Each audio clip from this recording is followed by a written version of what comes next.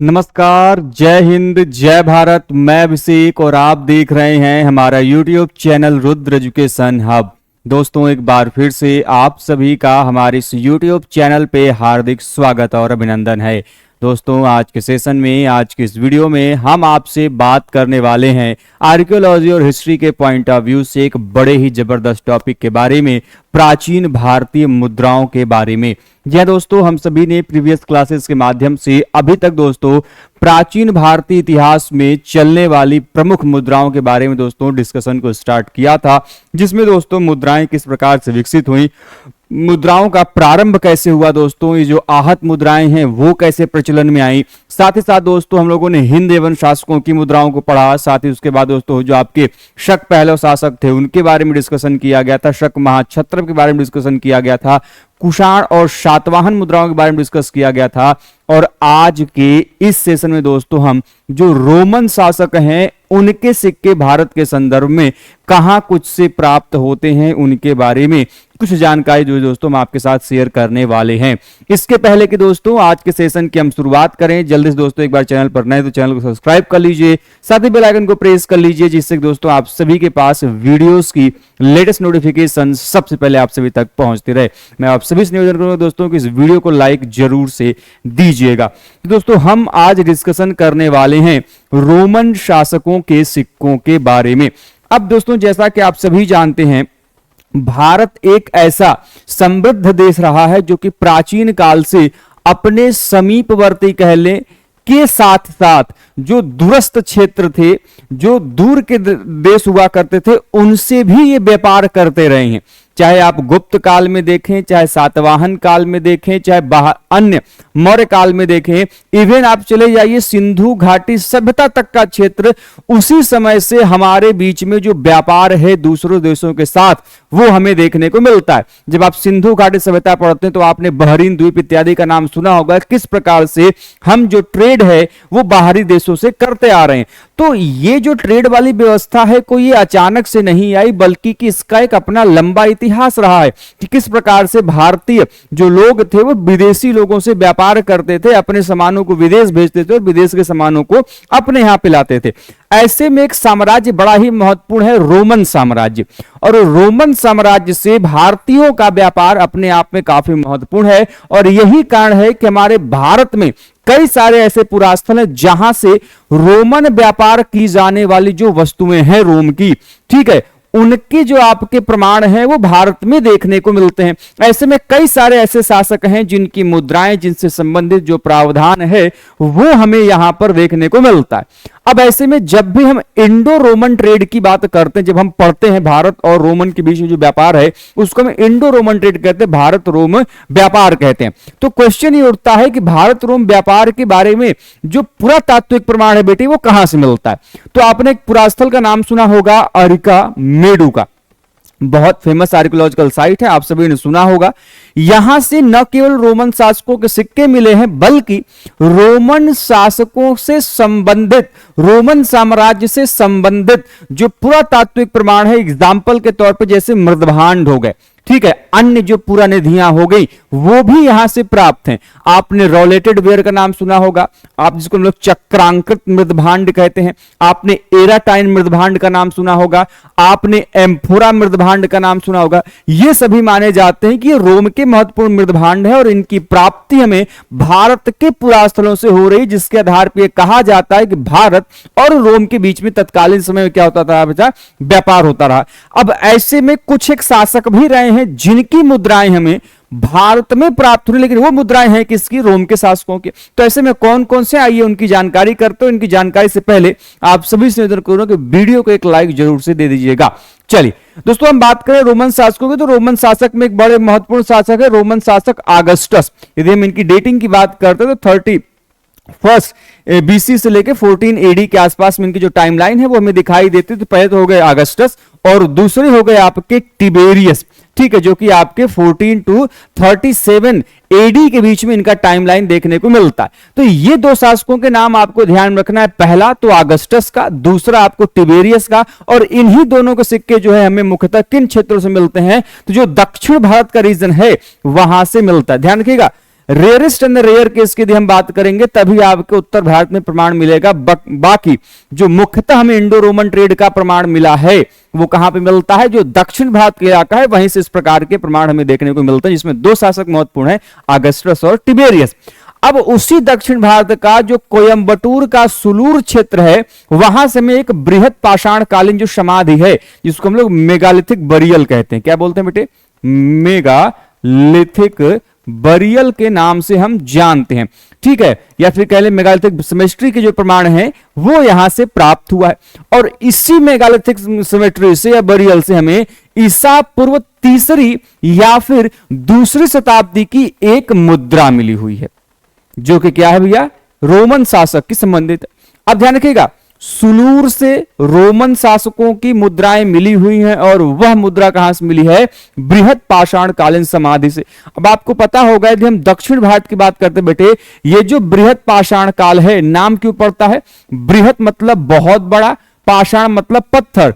तो एक्चुअली में दक्षिण भारतीय क्षेत्रों से हमें कई सारे ऐसे समाधान मिले हुए हैं जिनके ऊपर बड़े बड़े पत्थरों की जो संरचनाएं हैं वो दिखाई देती, जिसके आधार पर इसका नाम मेगालिथिक कल्चर पड़ता है, बृहद पाषाण कालीन संस्कृति पड़ता है। ये मुख्यतः जाने जाती संस्कृति अपने मृतकों को दफनाए जाने के पश्चात उनमें जो आपके बृहद पत्थरों की पाषाणों की जो संरचना है उसके लिए। अब ये पाषाण की संरचनाएं अलग अलग माध्यमों में आपने पढ़ी होंगी, डोलेमन समाधि पढ़ा होगा, ठीक है, शिष्ट समाधि पढ़ा होगा, आपने फण समाधि पढ़ा होगा, छत्र समाधि पढ़ा होगा, तो अलग अलग इसके प्रकार होते हैं। खैर मैं वहां पे नहीं जा रहा हूं, बस आपको दो चीजें और बता दूं कि पहली बात तो जो बृहद पाषाण काल है ये दक्षिण भारत के आयरन एज को बेटे रिप्रेजेंट करता है। किसको? दक्षिण भारत का जो लौह काल है उसको रिप्रेजेंट करता है। ध्यान रखिएगा बेटे, जब भी हम आयरन एज की बात करेंगे ना तो इसको आप दो भागों में बांट के समझ सकते हो। एक तो बेटे साउथ इंडिया का आयरन एज अलग है, ठीक है, और दूसरा नॉर्थ इंडिया का आयरन एज अलग है।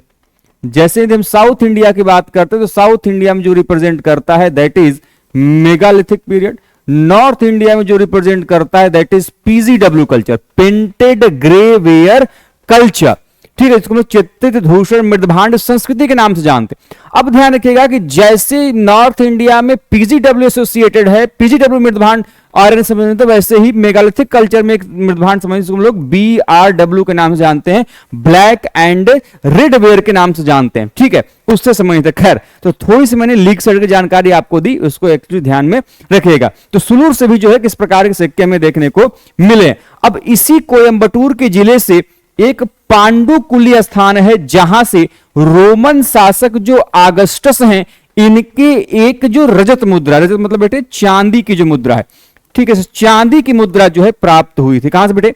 तो पांडुकुली, कोयंबटूर के पांडुकुली क्षेत्र से, वहां से रोमन शासक आगस्टस की जो रजत मुद्रा है, जो सिल्वर क्वाइंस है, वो हमें वहां से प्राप्त होती हुई दिखाई देती है। वहीं से एक और पुरास्थल है चंद्रवल्ली, और इस चंद्रवल्ली से हमें टिबेरियस के जो चांदी का सिक्का है वह मिलता है। अच्छा, अब एक चीज ध्यान रखिएगा बेटे, ध्यान ये रखना है कि यहां पे मैंने एक शब्द लिया, एक टर्म लिया, चंद्रवल्ली। अब मैंने जब आपको पिछले क्लास में सातवाहन काल की मुद्राओं को पढ़ाया था तो बताया था कि जो सातवाहन काल की जो मुद्रा निधि है, ठीक है, सातवाहन काल की बेटे जो सातवाहन काल है उस सातवाहन काल की जो मुद्रा निधि है, ठीक है, जो क्वाइंस का होर्ड है, वह कहां से मिलता है बेटे? इसी पुरास्थल से जो है देखने को मिलता है। चंद्रवल्ली एक उनका बड़ा ही इंपॉर्टेंट आर्कियोलॉजिकल साइट है। जैसे आप गुप्त काल में बयाना निधि पढ़ते हो वैसे ही सातवाहन काल में चंद्रवल्ली बड़ा फेमस है, जहां से सातवाहन कालीन शासकों की जो मुद्राओं की जो निधि है, जो होर्ड है, वो वहां से प्राप्त होती हुई दिखाई देती है। उसी चंद्रवल्ली आपके क्षेत्र से जो टिबेरियस, जो कि एक रोमन शासक हैं जिनका टाइमलाइन 1437 ईस्वी है, उनकी एक चांदी का जो सिक्का, जो सिल्वर क्वाइन से यहां से देखने को मिलता है, ठीक है। अब जैसे कि मैंने कहा कि दक्षिण भारत में तो रोमन शासकों की मुद्राएं भर भर की मिली हैं, ठीक है, लेकिन जब हम उत्तर भारत के संदर्भ में आते हैं तो उत्तर भारत में इनकी प्राप्तियां जो हैं वो बहुत कम हो जाती हैं। ऐसे में तक्षशिला, ठीक है, मणिक्याल एवं मथुरा से ऐसे रीजन है जहां से इस प्रकार की जो मुद्राएं हैं हमें रोमन समुदाय से संबंधित वह देखने को मिलता है, ठीक है। तक्षशिला, मणिक्याल और मथुरा, तीन आपको ध्यान में रखना है उत्तर भारत के संदर्भ में। बाकी मैंने दक्षिण भारत के संदर्भ में आपको बताया कोयंबटूर का सुलूर हो गया, ठीक है, पांडुकुली हो गया, ठीक है, और तीसरा मैंने एक बताया और कौन सा, चंद्रवली हो गया। ठीक है, पांडुकुली से किसका मिला था, रोमन शासक अगस्टस का। चंद्रवली से किसका मिला था, टिबेरियस का। और दोनों सिक्के किसके थे, चांदी के सिक्के थे, दोनों सिल्वर कॉइन्स थे। ठीक है, भारत में रोमन सिक्कों की सर्वाधिक प्राप्ति हमें कहां से होती है, जो तमिलनाडु का जो कोयंबटूर क्षेत्र बेटे, तमिलनाडु के कोयंबटूर क्षेत्र से, कोंगू देश से जो है कि सर्वाधिक प्राप्ति हमें देखने को मिलती है। इसके अलावा आंध्र प्रदेश के कावेरी नदी क्षेत्र से भी जो है कि आपके रोमन शासकों की जो मुद्राएं हैं वो काफी अच्छी संख्या में देखने को मिलते हैं। तो तमिलनाडु और आंध्र प्रदेश का जो कावेरी नदी का क्षेत्र है वो बड़ा इंपॉर्टेंट है, जहां से हमें रोमन शासकों की जो मुद्राएं हैं वो देखने को मिलते हैं। अच्छा, एक चीज बड़ा इंपॉर्टेंट है, ध्यान रखिएगा कि जब भी बेटे आप रोमन मुद्राओं की बात करते हो, रोमन मुद्रा की बेटे बात करते हो, तो एक चीज हमेशा ध्यान रखिएगा कि एक तो रोमन मुद्रा जो कि स्वर्ण के माध्यम से, गोल्ड के माध्यम से प्राप्त होती है। ठीक है, और दूसरा बेटे आपके चांदी की मुद्रा, रजत मुद्रा, जिसे बेटे आप किस नाम से जानते हो, सिल्वर के नाम से जानते हो। तो जैसे आपको गुप्त काल पढ़ाते समय मैंने बताया था कि गुप्त काल में स्वर्ण मुद्राओं को दिनार कहा जाता था। ठीक है, और गुप्त काल में चांदी की मुद्राओं को रुप्यक या फिर रौप्य कहते थे, वहीं पे तांबे की मुद्राओं को मासक कहा जाता था। लेकिन हम जब आते हैं रोमन शासकों की मुद्राओं को, तो जो रोमन शासकों के स्वर्ण मुद्राएं हैं, इन्हीं को हम लोग क्या कहते हैं, उनके लिए स्वर्ण मुद्राओं के लिए क्या प्रयोग किया जाता था, तो स्वर्ण मुद्राओं के लिए औरेई, किस शब्द का बेटे प्रयोग, औरेई शब्द का प्रयोग मिलता है। जबकि रोमन शासकों के जो सिक्के हैं, किसके, चांदी के सिक्के बेटे, इनको क्या कहता था, दिनारी कहा जाता था। क्या कहता था, दिनारी। ठीक है, तो ये दोनों आपको ध्यान में रखना है। औरेई मुद्रा एकमात्र संग्रह आपको कहां से मिलता है, जो सिंहभूम क्षेत्र है झारखंड का, वहां से मिला है। तो रोमन शासकों के स्वर्ण मुद्रा, जिसको लोग दिनार ही कह रहे हैं, सॉरी औरेई कह रहे हैं, माफ कीजिएगा, उस औरेई का प्रमाण, एकमात्र प्रमाण कहां से मिलता है, तो झारखंड का जो सिंहभूम क्षेत्र है वहां से इसके प्रमाण हमें देखने को मिलते हैं। ठीक है, तो भारत एवं रोम के बीच में चांदी के सिक्कों का अधिक प्रचलन है। मैं आप सिंपल सी बात है कि एकमात्र प्रमाण मिल रहा है, जबकि अन्य शासकों, अभी मैंने पांडुकुली का बताया, अभी मैंने चंद्रवल्ली का बताया, सुलूर का बताया, ये सभी ऐसी मुद्राएं हैं जहां पे मुख्यतः में किसकी मिली हुई है, चांदी की मुद्राएं मिली हुई हैं। जबकि जो स्वर्ण मुद्रा है आपको कहां से मिलता है, झारखंड के सिंहभूम क्षेत्र से मिला हुआ है। तो इस प्रकार से आप कह सकते हैं कि रोमन और भारत के बीच में जो मुद्राएं सबसे अधिक प्रचलित थी वो थी आपकी चांदी की मुद्रा।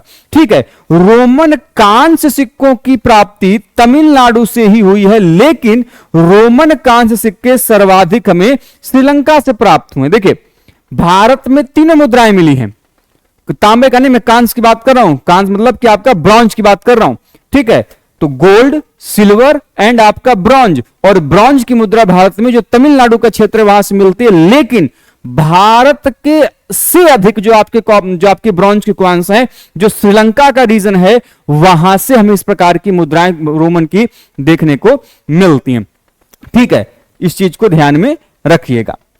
ठीक है, तो अब हम जो डिस्कशन करने वाले हैं वह दोस्तों नेक्स्ट क्लास में हम आपसे डिस्कशन करेंगे गुप्त मुद्राओं के बारे में, कि गुप्त मुद्राओं में किस प्रकार की मुद्राएं हैं। ठीक है, देखिए अभी यहां पे हमारा जो डिस्कशन है दोस्तों, आप सभी जानते हैं वो बहुत ब्रीफ डिस्कशन है। मैं एक एक करके जो डिटेल्ड, जैसे आपके शासकों की मुद्राएं हैं, जैसे समुद्रगुप्त की मुद्राएं, उसने 6 प्रकार के स्वर्ण मुद्राएं जारी किए थे। ठीक है, इसके अलावा जो आपके चंद्रगुप्त द्वितीय हैं, उन्होंने आपके 8 प्रकार के स्वर्ण मुद्राएं जारी किए थे। ठीक है, वैसे कुमार गुप्त की हम बात करते हैं, कुमार गुप्त प्रथम की, तो उन्होंने लगभग आपके 14-15 के अधिक जो आपकी मुद्राएं हैं वो जारी किए। तो ये बड़े अपने आप में बड़े महत्वपूर्ण आपकी जानकारियां हैं, जिनको हम एक एक करके अलग जो हमारा सीरीज चल रहा है उसमें हम आपके साथ शेयर करेंगे। यहां पे इस सीरीज में हमारा बस कोशिश ये है कि आपको एक ब्रीफली जो इंफॉर्मेशन है, जो जानकारी है, वो आप सभी के साथ शेयर करना। बाकी हम जो एक एक जो इंपॉर्टेंट रूलर हैं, यदि हम उनकी मुद्राओं की तरफ आएंगे, जैसे मैंने आप लोगों को पहले भी कहा है, जैसे कनिष्क हो गए, हुविस्क हो गए, वासिष्क हो गए, विम कटफिसेस, कुजुल कटफिसेस, वैसे ही आपके समुद्रगुप्त, चंद्रगुप्त द्वितीय, कुमारगुप्त प्रथम और स्कंदगुप्त, ये 4 बड़े महत्वपूर्ण शासक हैं। तो इनको मैं एक एक करके सीरीज में लेके आने वाला हूं, उनके बारे में डिटेल वीडियोस हम लोग डिस्कस करेंगे। तो उसके बारे में आप चिंता ना करें, यहां पे केवल हम ब्रीफली इंफॉर्मेशन हर एक राजवंश से संबंधित जो मुद्राओं के बारे में जानकारी है वो आप सभी तक पहुंचाने का कार्य कर रहे हैं। तो उम्मीद करते दोस्तों कि आज के सेशन की वीडियो आप लोगों को अच्छी लगी होगी। हम लोग नेक्स्ट क्लास में डिस्कस करेंगे गुप्त मुद्राओं के बारे में। ठीक है, तो दोस्तों फिलहाल के लिए आज के लिए बस इतना ही। मिलते हैं दोस्तों नेक्स्ट सेशन में कुछ अन्य जबरदस्त पॉइंट्स और इंफॉर्मेशन के साथ। तब तक के लिए आप स्वस्थ रहें, मस्त रहें। जय हिंद, जय भारत, हर हर महादेव।